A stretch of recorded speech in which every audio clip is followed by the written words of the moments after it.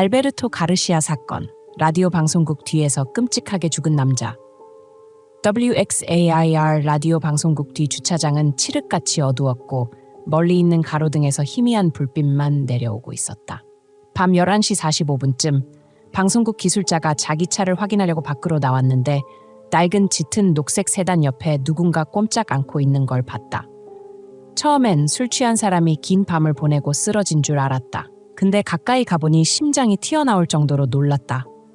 한 남자가 차가운 콘크리트 바닥에 엎드려 있었고 팔은 경직돼 있었으며 가슴 아래로 피가 엄청난 웅덩이를 만들고 있었다. 그 남자의 밝은색 셔츠는 완전히 새빨갛게 물들어 있었다. 신고를 받고 경찰이 바로 달려왔고 순찰차 헤드라이트가 현장을 비추자 피해자가 누구인지 알아챘다. 바로 이 방송국의 베테랑 DJ 알베르토 가르시아였다. 그냥 단순한 죽음? 아니, 이건 평범한 강도 사건이 아니었다. 알베르토의 지갑은 바지 주머니에 그대로 있었고 단 1센트도 안 빠졌다. 근데 그의 차는 엉망진창이었다. 앞타이어 2개는 완전히 펑크났고 헤드라이트는 박살, 보닛은 살짝 열려 있었는데 전선들이 죄다 잘려 있었다. 너무 뻔한 상황이었다. 누군가 여기서 기다리고 있었던 거다. 알베르토는 도망칠 기회조차 없었다. 근데 경찰을 더 소름 돋게 한 건 피해자의 상처였다. 머리 뒤쪽에 강하게 맞아서 두개골이 쩍 갈라졌고 그 한 방에 바로 쓰러질 정도였다. 하지만 그걸로 끝이 아니었다. 가슴에 박힌 전 22 구경 총알이 결정타였고 이건 범인이 단순히 고통을 주고 싶었던 게 아니라 확실히 죽이고 싶었다는 증거였다. 수사관들은 현장을 조용히 살펴보며 다들 같은 생각을 했다. 이건 우연한 살인이 아니다. 싸운 흔적도 없고 범인이 도망간 흔적도 없었다. 알베르토 가르시아는 사냥당한 거였다. 누군가 그를 죽이고 싶어 했고 그들은 치밀하게 계획을 세웠다. 경찰은 알베르토의 삶을 파헤치기 시작했다. 이런 잔인한 방식으로 그를 죽일 만한 동기를 가진 원수를 찾으려 했다. 동료와 친구들 눈엔 알베르토가 조용하고 일에 헌신적이며 위험한 일과는 거리가 먼 사람이었다. 근데 그의 사생활을 들여다보니 한 이름이 떠올랐다. 바로 29세 여자친구 리디아 알바레스였다. 리디아는 윌머 멘데스라는 경찰과 불행한 결혼 생활을 했었다. 윌머는 성격이 불같고 통제적인 걸로 유명했고 둘은 별거 중이었지만 이혼 서류는 아직 끝나지 않았다. 알베르토가 살해 당기 한 달 전 리디아는 위협적인 편지를 여러 통 받았다. 잡지에서 오린 글자들로 붙여놓고 복사한 편지였는데 종이에 붉은 얼룩이 번져 있었다. 마치 피를 몇 방울 떨어뜨린 것 같았다. 내용은 길지 않았지만 섬뜩했다. 그놈 떠나지 않으면 관 앞에서 울게 될 거야. 리디아는 겁에 질렸지만 경찰에 신고하지 않았다. 그냥 알베르토에게만 말했고 둘 다 별일 아니라고 넘기려 했다. 질투심 많은 익명의 장난쯤으로 생각한 거다. 근데 경찰은 그렇게 안 봤다. 그 편지들은 우연이 아니었다. 비극이 일어나기 전에 경고였다. 의심은 바로 윌머 멘데스에게 쏠렸다. 동기가 있었다. 버림받은 남편이고 리디아와 아직 법적으로 묶여 있었다. 기회도 있었다. 경찰이라 흔적 없이 범죄를 저지를 방법을 알았다. 게다가 과거에 리디아에게 폭력을 쓴 전력도 있었다. 경찰서로 불려간 윌머는 전혀 당황하지 않았다. 무서울 정도로 침착하게 질문에 대답했다. 마치 평소 수사하듯이. 근데 경찰이 거짓말 탐지기 테스트를 제안하자 표정이 바뀌었다. 아무 말 없이 자리에서 일어나 차갑게 방을 나갔다. 경찰은 불안했다. 범인을 찾았다고 생각했는데 FBI에서 온 법의학 결과가 모든 가설을 뒤엎었다. 알베르토 차에서 나온 지문과 편지의 지문이 윌머의 것이 아니었다. 그는 폭력적일 수 있었지만 알베르토를 죽인 사람은 아니었다. 이제 경찰은 더 큰 미스터리에 직면했다. 윌머는 완벽한 용의자처럼 보였지만 진짜 방아쇠를 당긴 건 다른 누군가였다. 그리고 그자는 여전히 밖에 있었다. 어쩌면 경찰의 움직임을 지켜보고 있을지도. 수사가 막히자 WXAR 방송국 근처 편의점 직원에게서 뜻밖의 단서가 들어왔다. 사건 2주 전쯤 히스패닉계 남자 둘이 긴장한 모습으로 가게에 왔었다고 했다. 아무것도 안 사고 알베르토 가르시아와 그의 방송국 근무 일정에 대해 물었다.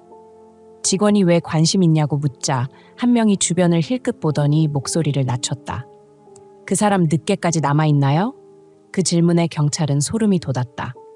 누군가 알베르토를 감시하고 완벽한 타이밍을 노린 거였다. 곧이어 2명의 젊은 여성에게서 전화가 왔다. 그들은 사건 전날 밤 살인범일지도 모를 사람들을 우연히 만났다고 했다. 방송국 근처를 지나가다 히스패닉계 남자 둘이 차를 세우고 히치하이킹을 제안했다고 했다. 처음엔 망설였지만 늦었고 위험해 보이지 않아 차에 탔다. 근데 몇 분 지나자 뭔가 잘못됐다는 걸 느꼈다. 차는 원래 가려던 방향이 아니라 방송국 뒤쪽으로 돌았다. 한 명이 재킷에서 총을 꺼냈다. 숨기지도 않고 손에 쥔 총을 만지작거렸다. 한 여성이 무서워서 물었다. 왜 총을 갖고 다녀요? 그 남자는 싸늘하게 웃으며 눈이 어두워졌다. 누굴 죽여야 해서. 그 말에 두 여자는 얼어붙었다. 더 묻지 못하고 두 남자가 스페인어로 짧게 대화하는 걸 조용히 지켜봤다. 한적한 거리에 두 여자를 내려놓고 차는 바로 XAR 방송국 쪽으로 사라졌다. 증언을 토대로 경찰은 그 미스터리한 남자들의 신원을 알아냈다. 마이키와 프록이라는 별명으로 불리는 미겔 알바레스와 로베르토 알바레스, 바로 리디아 알바레스의 사촌과 오빠였다. 이건 더 이상 우연한 살인이 아니었다.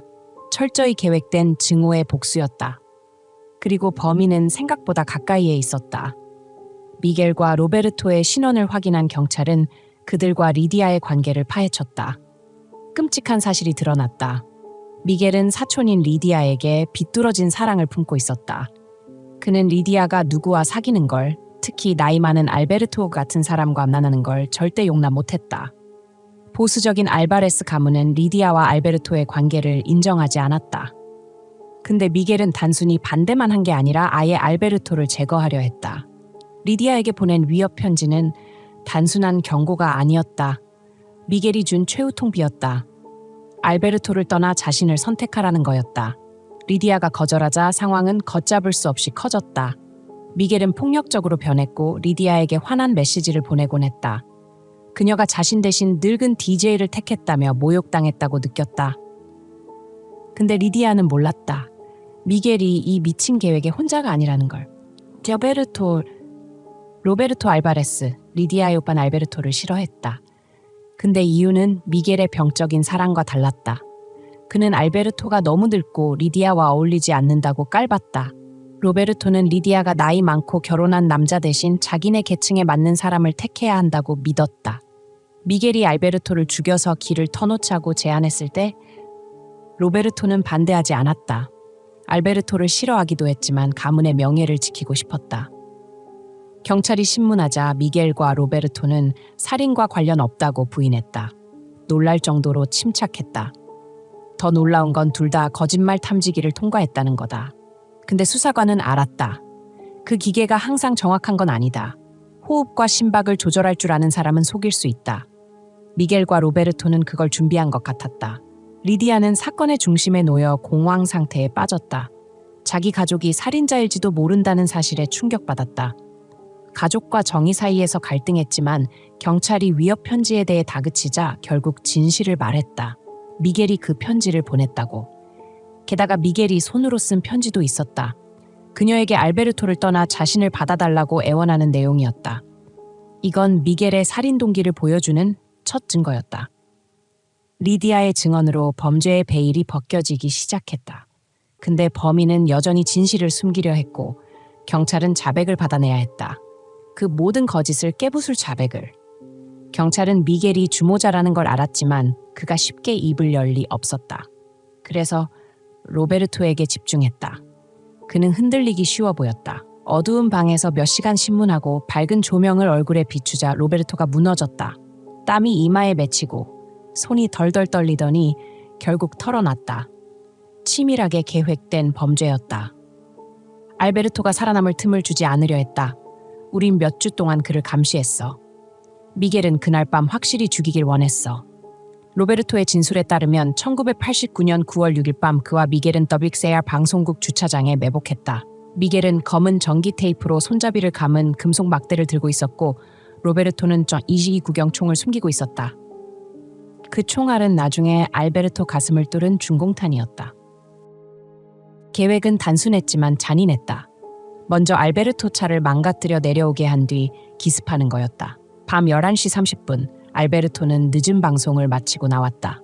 늘 그렇듯 차로 갔는데 펑크난 타이어를 확인하려고 몸을 숙이자 미겔이 어둠 속에서 튀어나왔다. 첫 타격은 쇠막대가 머리 뒤를 강타했다. 알베르토는 쓰러졌고 발버둥 쳤지만 미겔은 멈추지 않았다. 2번 더 쳐서 두개골을 박살냈고 피가 차가운 콘크리트에 번졌다. 로베르토는 몇 걸음 떨어져서 피해자가 몸부림치는 걸 지켜봤다. 근데 미겔은 그걸로 만족 못했다. 아직 숨 쉬잖아. 미겔이 로베르토를 보며 차갑게 말했다. 로베르토는 알아들었다. 주머니에서 총을 꺼내 다가가 숨을 헐떡이는 알베르토에게 망설임 없이 쐈다. 중공탄이 가슴을 뚫고 확장되며 생존 가능성을 완전히 없앴다. 알베르토를 죽인 뒤 바로 도망가지 않았다. 몇 분 동안 그 시체를 바라보며 서 있었다. 그 끔찍한 순간을 머릿속에 새기려는 듯이 미겔은 확실히 하고 싶었어. 그 자리에서 죽길 바랐어. 이 자백으로 경찰은 필요한 모든 걸 얻었다. 미겔은 체포돼도 입을 다물었지만 그건 더 이상 중요하지 않았다. 진실이 드러난 거다. 1990년 4월 6일 미겔 알바레스와 로베르토 알바레스의 재판은 숨 막힐 정도로 긴장감이 돌았다. 법정은 피해자와 피고 가족뿐 아니라 냉혈한 살인자들의 판결을 보고 싶은 주민들로 가득 찼다. 미겔은 여전히 냉소적이고 무감각했다. 알베르토의 죽음이 그에겐 아무것도 아닌 듯했다. 반면 자백한 로베르토는 초췌했고 후회인지 두려움인지 모를 감정에 시달렸다. 검사는 시간을 낭비하지 않고 두 피고가 저지른 끔찍한 범죄를 재현했다. 법의학 사진이 배심원 앞에 펼쳐졌다. 깨진 두개골, 심장을 뚫은 총상, 고통 속에 일그러진 알베르토의 얼굴. 법정에 있던 몇몇은 그 참혹한 장면을 못 보고 고개를 돌렸다. 검사는 잔인한 디테일을 하나씩 설명했다. 리디아 알바레스의 증언은 법정을 뒤흔들었다. 떨면서 증인석에 섰지만 사랑했던 남자를 죽인 가족을 마주할 용기를 냈다. 위협 편지와 미겔의 병적인 집착, 알베르토를 떠나라는 강요를 말했다. 검사가 살인 전 미겔의 위험성을 의심했냐고 묻자 리디아는 목이 메어 말했다. 그냥 질투하는 줄 알았어요.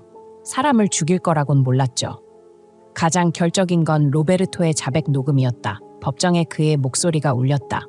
미겔은 그 자리에서 확실히 죽이길 원했어. 변호인은 미겔이 정신장애로 통제력을 잃었다고 주장했다.